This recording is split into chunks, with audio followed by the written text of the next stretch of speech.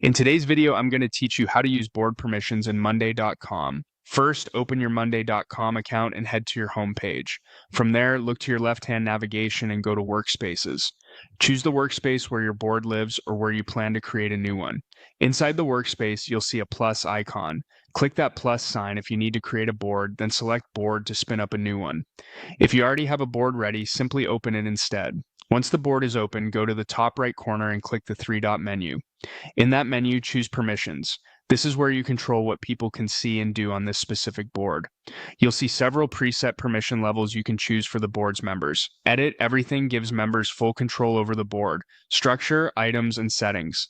It's powerful, but best reserved for trusted collaborators or smaller teams where everyone needs full access. Only Edit Content allows members to update item details and write updates, but they can't change the board's structure, columns, or settings. This is a great default for most contributors. Only Edit Assigned Projects restricts editing to items the member is assigned to, which works well when multiple teams share one board, but should only adjust their own work. And View and Comment grants read-only access with the ability to leave updates, perfect for stakeholders who need visibility without the risk of changes. Next, fine-tune the details using the tabs in the Permissions panel. Click Items to define who can create, edit, or delete items. Then click Sub-items to control access to sub-items separately. Sub-items can mirror item permissions or be more restrictive if needed. Click General to manage board-wide controls such as who can invite others, who can create or delete views, and other high-level settings.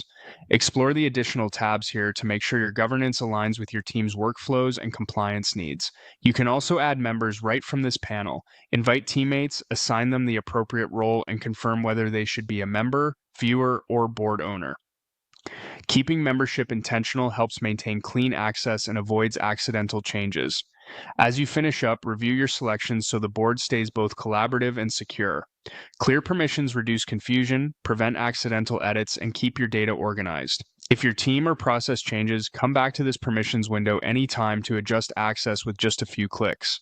That's it. You now know how to use board permissions in Monday.com to create the right balance between flexibility and control.